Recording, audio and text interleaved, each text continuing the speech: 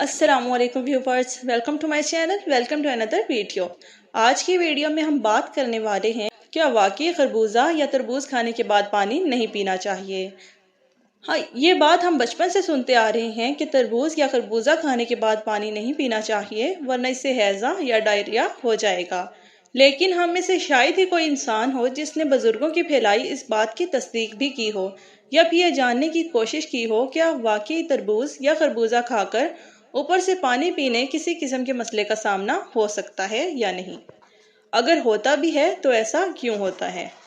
तरबूज मीठा सा मज़ेदार फल है जो कि गर्मी में ख़ास तौर पर हमारी सेहत के लिए बहुत मुफीद है क्योंकि इसका तकरीबन 96% हिस्सा पानी पर मुश्तमिल है और ये जिस्म में पानी की कमी को दूर करने और गर्मी से बचाने का काम करता है।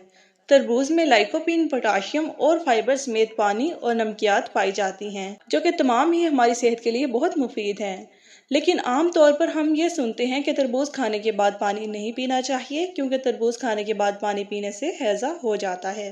दरअसल अगर बहुत ज़्यादा तरबूज खाया जाए और फिर ज़्यादा मिकदार में पानी भी पी लिया जाए तो फिर हाजमे के कुछ मसाइल का सामना हो सकता है, जैसे पेट फूल जाना, निज़ाम हाजमा सुस्त हो जाना या जिस्म में पानी की मिकदार बहुत ज़्यादा बढ़ने से इलेक्ट्रोलाइट्स का तवाज़ुन बिगड़ जाता है। इसलिए बहुत ज़्यादा तरबूज खाने के बाद पानी पीने से इज्तनाब करें। खुश रहें, आबाद रहें। अस्सलाम वालेकुम।